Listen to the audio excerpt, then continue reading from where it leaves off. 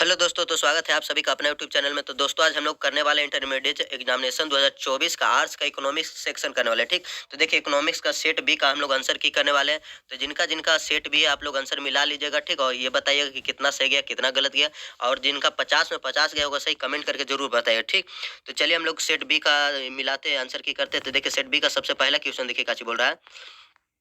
प्रौद्योगिकी प्रगति से फर्म की पूर्ति वक्र किस ओर शिफ्ट होती है। तो देखिए इसका हो जाएगा पहला का डी, दाहिनी ओर होती है। कौन सा ओर होती है? दाहिनी ओर। तो पहला का बी। दूसरा नंबर क्वेश्चन में बोला कि सीमांत लागत वक्र और औसत परिवर्ती लागत वक्र किस बिंदु पर काटती है। तो देखिए न्यूनतम बिंदु पर काटती है, तो दूसरा हो जाए आपका बी। तीसरा नंबर क्वेश्चन में देखिए बोला निम्न कौन वक्र अंग्रेजी अक्षर यू आकार का होता है। तो देखिए अंग्रेजी अक्षर यू आकार का कौन सा होता है। तो देखिए आपका हो जाएगा कुल स्थिर लागत वक्र, कुल स्थिर लागत। तीसरा हो जाएगा ए। चौथा नंबर में देखिए काची बोल रहा है कि इकाई की क्यू इकाई उत्पाद पर कुल लागत माइनस क्यू माइनस वन इकाई उत्पाद पर कुल लागत होता है। तो देखिए इसका आंसर हो जाएगा 5 का बी, सीमांत लागत होगा। ठीक, तो 4 का होगा बी। 5 नंबर में बोला सीमांत लागत वक्र एवं औसत लागत वक्र दोनों किस आकार के होते हैं। तो देखिए उल्टे यू आकार के होते हैं। ठीक, तो 5 का आपका हो जाएगा ए, 5 का ए। 6 नंबर बोला यदि सभी आगतों में टी ग्रेटर देन 1 गुनी वृद्धि होती है, तो जिसमें उत्पादन भी टी गुना बढ़ जाता है, तो इससे क्या कहते हैं। तो देखिए इससे हम लोग स्थिर पैमाने का प्रतिफल कहते हैं। ठीक, स्थिर पैमाने पर। तो 6 का हो जाएगा आपका ये। 7 नंबर क्वेश्चन में देखिए बोला कॉब डगलस उत्पादन फलन क्यू बराबर x वन, ये आगे क्वेश्चन लिखा है यदि alpha plus beta greater than 1 हो तो ये क्या दर्शाता है। तो देखिए ये आपको दर्शाता है वर्तमान पैमाने का प्रतिफल दर्शाता है। ठीक, तो 7 का हो जाएगा बी, 7 का बी। 8 नंबर क्वेश्चन में बोला निर्गत के शून्य स्तर पर कुल लागत है। तो देखिए निर्गत के शून्य स्तर पर कुल लागत जो होता है कुल प्रतिवर्ती लागत होता है। ठीक, तो 8 को हो जाएगा सी। 9 नंबर में बोला कुल लागत बटा डेल्टा कुल लागत बटा डेल्टा क्यू बराबर क्या होता है। तो देखिए डेल्टा लागत होता है, ये हो जाएगा 9 का ए हो जाएगा औसत लागत। ठीक, तो 9 का ए। 10 नंबर क्वेश्चन बोला अल्पकाल औसत स्थिर लागत वक्र की ढाल क्या होती है। तो देखिए अल्पकाल औसत स्थिर वक्र की होती है ऋणात्मक होती है तक। तो 10 का हो जाएगा आपका ये। 11 नंबर क्वेश्चन में देखिए बोला अन आगत स्थिर हो तो किसी एक आगत के प्रयोग में वृद्धि की जाए तो सीमांत उत्पादन में क्या होगी। तो देखिए सीमांत उत्पादन में गिरावट होती है। ठीक, तो हो जाएगा इसका ए, 11 का हो जाएगा ए। 12 नंबर में देखिए काची बोल रहा है कि दो आगतों के संयोग का वह सेट जो समान निर्गत स्तर का उत्पादन करते वो कहलाता है। तो देखिए समुत्पाद वक्र कहलाता है। ठीक, तो 12 का हो जाएगा आपका ए। 13 नंबर क्वेश्चन में देखिए काची बोला निम्न से किस आगत की मात्रा को दीर्घ काल में परिवर्तित किया जा सकता है। तो देखिए इसका हो जाएगा इनमें से सभी। 13 का हो जाएगा डी, इनमें से सभी। 14 नंबर देखिए बोला सीमांत लागत वक्र औसत लागत वक्र किस बिंदु पर काटती है। तो देखिए न्यूनतम बिंदु पर काटती है, तो 14 को जाएगा आपका बी। 15 नंबर क्वेश्चन में देखिए बोला कि प्रतिवर्ती अनुपात के नियम में किसके अनुपात में परिवर्तन किया जा सकता है। तो देखिए इसका हो जाएगा सीमांत और औसत उत्पाद के अनुपात में परिवर्तन किया जा सकता है। ठीक, तो 15 को जाएगा बी। 16 नंबर में देखिए काची बोल रहा है कि यदि उत्पाद के कारकों में टी गुना वृद्धि की जाए तो उसमें उत्पादन की टी गुना वृद्धि होती है। तो ये कौन सा होगा। तो देखिए हो जाएगा आपका वर्धमान अनुमापी प्रतिफल हो जाएगा। ठीक, तो 16 हो जाएगा आपका ये। 17 नंबर क्वेश्चन में देखिए बोला कि जैसे जैसे निर्गत में वृद्धि हो तो शुरू में अल्पकालीन सीमांत लागत वक्र में क्या परिवर्तन होती है। तो देखिए इसका क्या हो जाता है। तो ये देखिए आपका हो जाएगा वृद्धि होती है। क्या हो जाएगी? वृद्धि। तो 17 हो जाएगा ये। 18 निम्न में से कौन समीकरण सही है। तो देखिए आपका समीकरण सी है जो सही है। औसत लागत बराबर होता है कुल लागत बटा क्यू। ठीक, तो 18 हो जाएगा सी। 19 नंबर में देखिए काची बोल रहा है कि निम्न में कौन वक्र किस वक्र को उसके न्यूनतम बिंदु पर काटता है। तो देखिए सीमांत लागत वक्र और औसत लागत वक्र काटता है। ठीक, तो 19 को हो जाएगा आपका बी। 20 नंबर में देखिए काची बोल रहा है कि फर्म की कुल संपत्ति संप्राप्ति एवं कुल लागत का अंतर होता है। तो देखिए लाभ होता है। क्या होता है? लाभ। तो 20 को हो जाएगा डी। 21 नंबर क्वेश्चन बोल निम्न में से किस चर को एक समय अवधि के लिए परिभाषित किया जाता है। तो देखिए निवेश को किया जाता है। ठीक, तो 21 का सी। 22 नंबर क्वेश्चन में देखिए बोला कि निम्न में कौन अर्थव्यवस्था की पूंजी है। तो देखिए ये सारा हो जाएगा, इनमें से सभी हो जाएगा। तो 22 को हो जाएगा डी। 23 नंबर में बोल रहा है कि पूंजीगत वस्तुओं के नियमित टूट फूट के संयोजन को क्या कहते हैं। तो देखिए इसको हम लोग बोलते हैं क्या चीज। तो इसको हम लोग बोलते हैं मूल ह्रास बोलते हैं। क्या बोलते हैं? मूल ह्रास। तो 23 को हो गया सी। 24 नंबर पूंजीगत वस्तुओं का क्रय कौन करता है। तो देखिए पूंजीगत वस्तुओं का क्रय जो है इनमें से सभी करता है। ठीक, तो 24 का डी। 25 का देखिए बोला निम्न किसी व्यक्ति के पास वस्तुओं को खरीदने की क्षमता किससे आती है। तो देखिए आई से आती है। तो 25 का आपका हो जाएगा बी, आई से। 25 का आपका क्या हो जाएगा? बी, आई से। ठीक, बी, आई से। 26 नंबर क्वेश्चन देखिए बोला कि सरल अर्थव्यवस्था के आय के वर्तुल प्रवाह में उत्पादन के कारकों की मांग कौन करता है। तो देखिए इसका करता है व्यापार क्षेत्र करता है। ठीक, तो हो जाएगा 26 का बी। 27 नंबर में देखिए बोला कि अर्थव्यवस्था में परिवार क्षेत्र द्वारा किए गए व्यय को क्या कहते हैं। तो देखिए इसको हम लोग बोलते हैं क्या चीज। तो उपभोग व्यय कहते हैं। क्या कहते हैं? उपभोग व्यय। तो 27 को हो जाएगा बी। 28 देखिए काची बोला कि फर्म उत्पादन प्रक्रिया में कैसी वस्तुओं का उपयोग करती है। तो देखिए मध्यवर्ती वस्तुओं का उपयोग करती है। ठीक, तो ए मध्यवर्ती नहीं, देखिए ए और बी दोनों को उपयोग करती है। कच्चा माल और मध्यवर्ती दोनों करती है, इसलिए 28 को हो जाएगा आपका डी। 29 नंबर में देखिए काची बोला कि सकल मूल्य वर्धित माइनस ए बराबर निविल मूल्य वर्धित। यहाँ ए क्या है, तो ये देखिए है जो ए मूल्य वर्धित है, ठीक। तो 29 को हो जाएगा बी मूल्य वर्धित। 30 नंबर में देखिए बोला मौद्रिक सकल घरेलू उत्पाद की गणना किस मूल्यों पर की जाती है, तो देखिए मौद्रिक सकल घरेलू उत्पाद की जो गणना है बोला आधार वर्षों की कीमत पर की जाती है, वर्तमान कीमत पर या स्थिर कीमतों पर, तो देखिए ये स्थिर कीमतों पर की जाती है, ठीक। तो 30 को हो जाएगा सी। 31 नंबर में देखिए बोला जब बाजार मांग के बराबर हो तो इस स्थिति को क्या कहते हैं, तो इस स्थिति को हम लोग संतुलन कहते हैं, या अधि मांग कहते हैं, या अधि पूर्ति कहते हैं। तो इसे देखिए हम लोग क्या चीज कहते हैं, तो संतुलन कहते हैं। तो 31 का ही होगा संतुलन। 32 में बोला बिस्कुट का बाजार किस प्रकार का बाजार है, तो देखिए ये आपका अल्प अधिकार बाजार है, ठीक। तो ये हो जाएगा 32 का चीज। 33 का बोला संतुलन मूल्य से अधिक किसी मूल्य पर मांग डी की अपेक्षा पूर्ति यस क्या होगी, तो देखिए ये हो जाएगा आपका, ये हो जाएगा इसका डी ग्रेटर देन एस, ठीक। तो 33 का है। 34 में देखिए बोला किस स्थिति में संतुलन कीमत तथा मात्रा में परिवर्तन की दिशा एक होती है, तो देखिए ये हो जाएगा काची 34 को हो जाएगा सी जब पूर्ति वक्र बाएं शिफ्ट होती है, ठीक। तो 34 का सी। 35 में देखिए बोला क्या चीज कि राशन की दुकान में मिलने वाला गेहूं किसका उदाहरण है, तो देखिए राशन की दुकान में मिलने वाला गेहूं है जो न्यूनतम निर्धारित कीमत का उदाहरण, ठीक। तो 35 को हो जाएगा बी।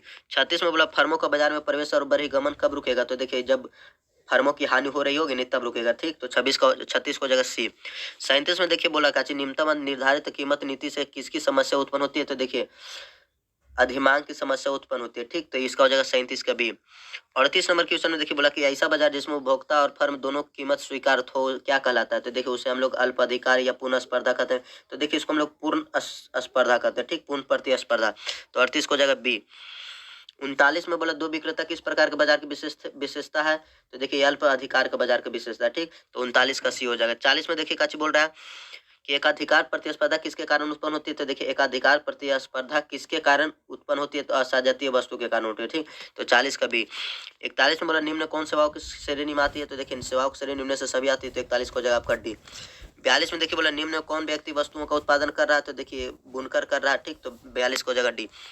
43 में बोला कि सीमित संसाधनों का विनिधान क्या है, तो देखिए 43 को जगह सी अर्थव्यवस्था की केंद्रीय समस्या, ठीक। 43 का सी। 44 में बोला निम्न में किसे आर्थिक लागत की संज्ञा दी गई है, तो देखिए आर्थिक लागत की संज्ञा किसे दी गई, तो मौद्रिक लागत को दी गई, ठीक। तो 44 को जगह सी।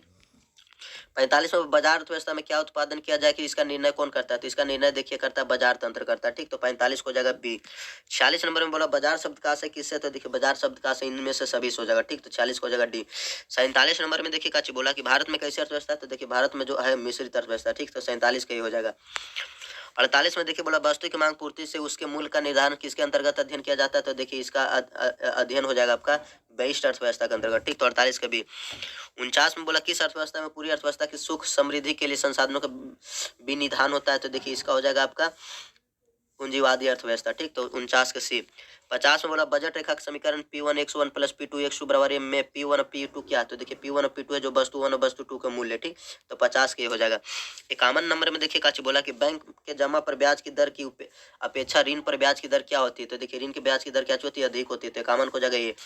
52 में देखिए काची बोला यदि रिजर्व बैंक को उच्च शक्तिशाली मुद्रा में वृद्धि करनी हो तो क्या करेगा, तो देखिए काची करेगा सरकारी प्रतिभूतियों को विक्रय करेगा, ठीक। तो 52 को जाएगा बी। 53 के देखिए बोला कि उपभोग फलन सी डैश प्लस सी वाई में सी क्या है, तो सी वाई देखिए सी है जो न्यूनतम जीवन यापन उपभोग है, ठीक। तो 53 को जाएगा बी। 54 में बोला देखिए निम्न में कौन भौतिक पूंजी स्टॉक नहीं, तो देखिए भौतिक पूंजी स्टॉक को नहीं तो फल नहीं है, ठीक। तो 54 को जाएगा डी। 55 में बोला वाई बराबर C dash plus Y I dash plus G plus C Y minus one dash में कौन कौन स्वायत्त पद है, तो देखिए स्वायत्त पद इसमें सी होगा, जी होगा, यानी कच होगा जी। तो 55 को जाएगा सी। 56 नंबर में बोला उपभोग फलन सी डैश प्लस सी वाई में सी क्या है, तो सी देखिए का चाहिए सी का मान पूछ रहा है, तो सी का मान देखिए 1 के बराबर होता है, 1 के बराबर। तो 56 को जाएगा बी। 57 बोला यदि सीमांत उपभोग प्रवृत्ति को एक हो तो गुना का मान क्या होगा, तो गुना का मान देखिए इसका असीम हो जाएगा, यानी इनफिनाइट हो जाएगा। 57 को जाएगा डी। 58 में देखिए बोला प्रभावी मांग सिद्धांत में 45 डिग्री रेखा क्या दर्शाते थे, देखिए 45 डिग्री जो रेखा है आपको ए डी बराबर एस दिखाती है, ए डी बराबर एस। तो 45 को 58 को जगह बी। 59 नंबर में देखिए बोला यदि सीमांत बचत प्रविधि बढ़ जाती तो बचत की मात्रा में क्या परिवर्तन होगा, तो बचत की मात्रा में देखिए क्या चीज परिवर्तन होगा, तो स्थिर रहेगी या बढ़ेगी या घटेगी, या इनमें से कोई नहीं रहेगी, तो देखिए क्या चीज होती है घटती है। तो 59 को हो जाएगा सी।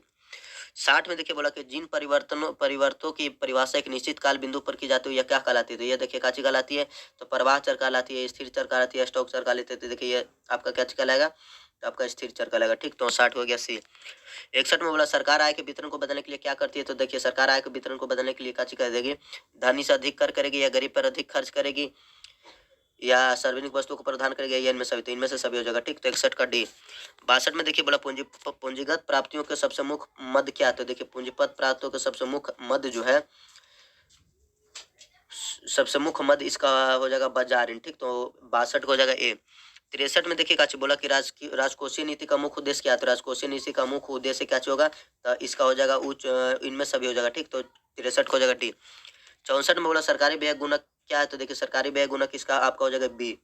चलिए 65 में देखिए काची बोल रहा है कि संतुलित बजट गुणक का मान क्या होता है, तो देखिए संतुलित बजट गुणक का मान जो होता है 1 होता है, कितना होता है 1, तो 65 हो जाएगा 1 यानी बी।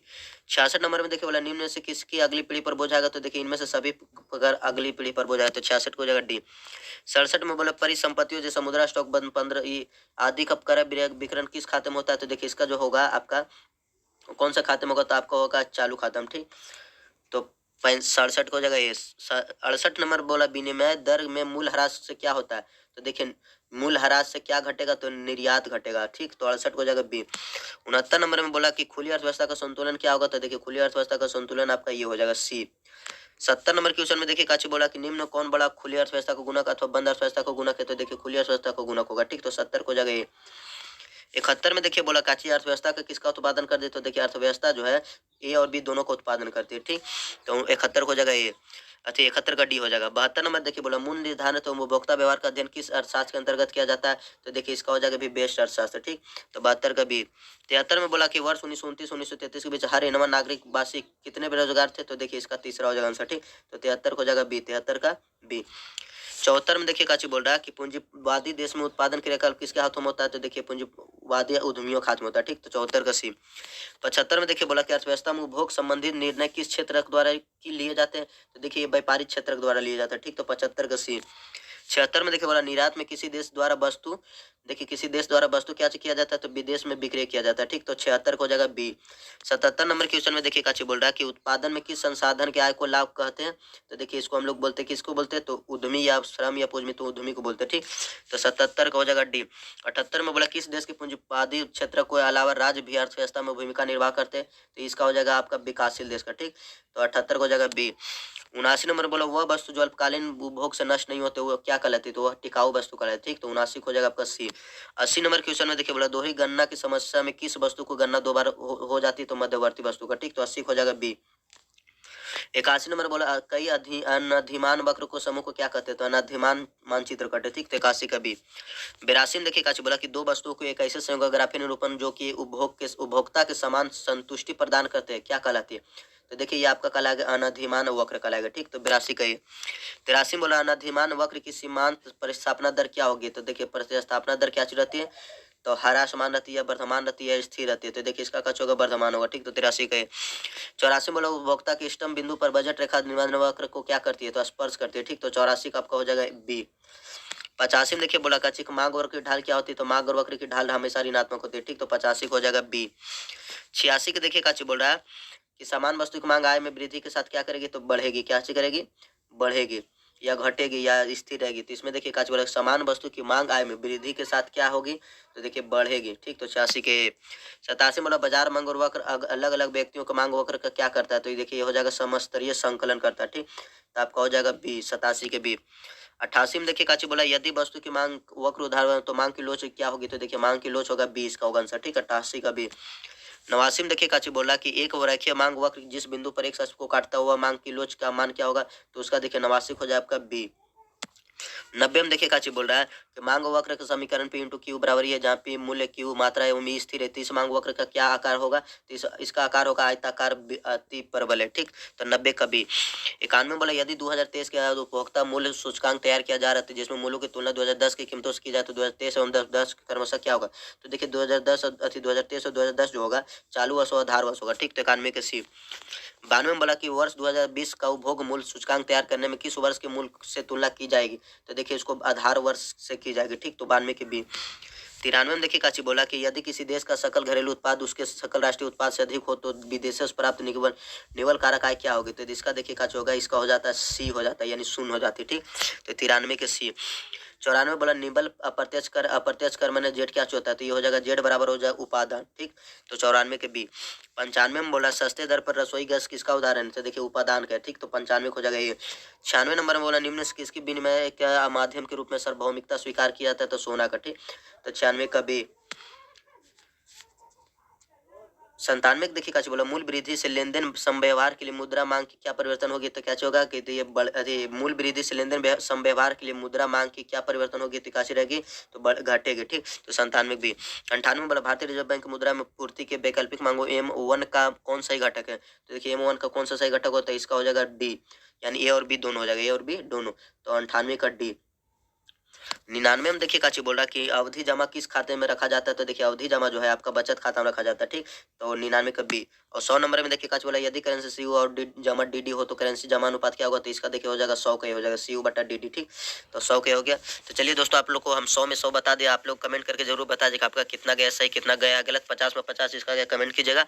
और दोस्तों आप लोग इसको क्या कीजिएगा, चैनल मेरा भी नया तो इसको सब्सक्राइब करके इसको जल्दी जल्दी आप लोग ग्रो करवाए ताकि हम आपको और अच्छा सा बेहतरीन वीडियो बना कर दें। चलिए तब